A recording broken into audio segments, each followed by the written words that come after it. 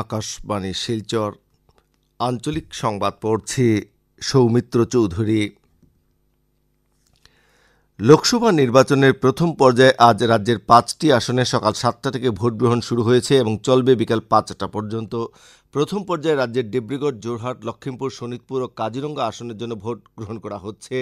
5টি লোকসভা আসনের ভোট গ্রহণ কেন্দ্রগুলিতে পর্যাপ্ত সুরক্ষা কর্মী নিয়োগ করা সহ স্পর্শকাতর হিসেবে চিহ্নিত ভোট কেন্দ্রগুলিতে সুরক্ষা ব্যবস্থা কঠোর করে তোলা হয়েছে। এছাড়া প্রতিটি ভোট গ্রহণ কেন্দ্রে ভোটদানের সময় ভোটদাতাদের বিশেষ সুবিধা প্রদানের ব্যবস্থা রাখা হয়েছে।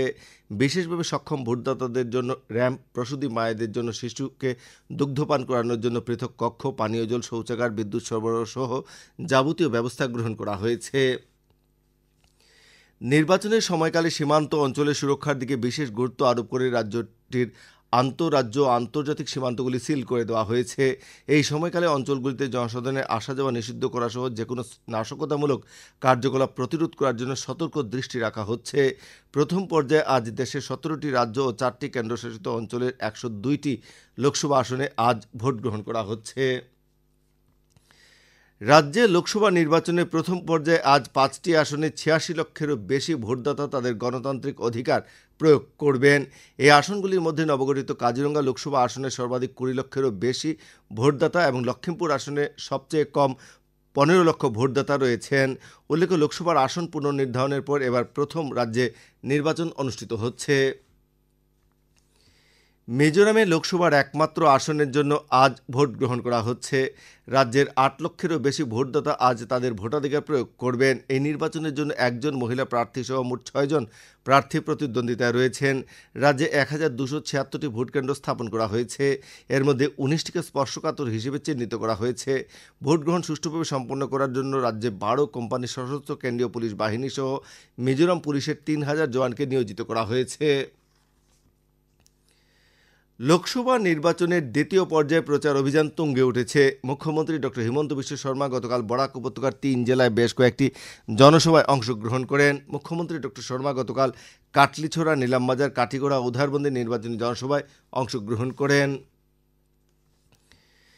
কাছাড়ের জেলা নির্বাচনী আধিকারিকের পক্ষ থেকে এক বিজ্ঞপ্তিতে জানানো হয়েছে যে নির্বাচন প্রক্রিয়া চলাকালীন কোনো ভোটদাতাকে যদি কেউ নগদ অর্থ বা বস্তু দ্বারা প্রভাবিত করার চেষ্টা করেন তবে ভারতীয় দণ্ডবিধির 171B ধারা মতে দণ্ডনীয় অপরাধ হিসেবে বিবেচিত হবে এবং 1 বছরের কারাদণ্ড বা জরিমানা বা জেল ও জরিমানা দুটোই ধার্য হবে।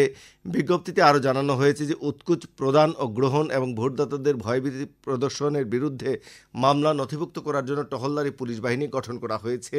এজন্য জনসাধারণকে 0384266106 এবং 7002832898 ফোন করে জানাতে বলা হয়েছে। করিমগঞ্জ লোকসভা আসনের নির্বাচনে পোস্টাল ব্যালট পেপার সেলের দায়িত্বপ্রাপ্ত আধিকারিক জানিয়েছেন যে জেলায় অনুপস্থিত ভোটারের সংখ্যা 132 জন। এর মধ্যে 85 বছরের অধিক বয়সের 89 জন এবং বিশেষভাবে সক্ষম ভোটার 43 জন, যারা পোস্টাল ব্যালটের মাধ্যমে বাড়ি থেকে ভোট গ্রহণের জন্য আবেদন করেছিলেন। এই অনুপস্থিত ভোটারদের আজ ও আগামী 21শে এপ্রিল ঘরে গিয়ে ভোট গ্রহণ করা হবে।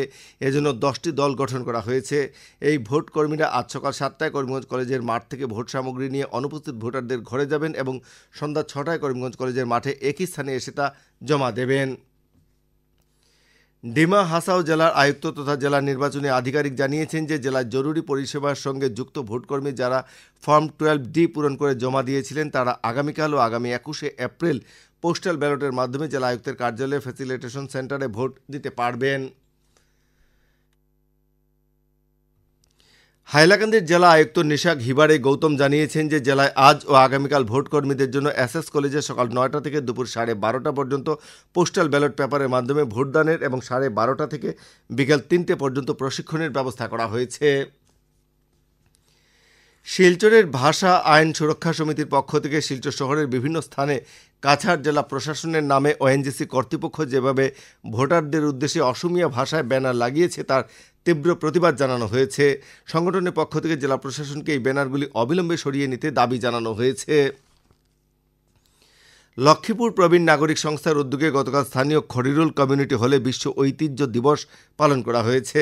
সংস্থার সহসভাপতি KH গৌরহরি সিংহের পৌরোহিত্যে আয়োজিত সভায় বিনোদ সিংহ, ঝর্ণা রায় চৌধুরী, প্রভাবতী দেবী প্রমুখ বিশ্ব ঐতিহ্য দিবসের প্রাসঙ্গিকতা নিয়ে বক্তব্য রাখেন।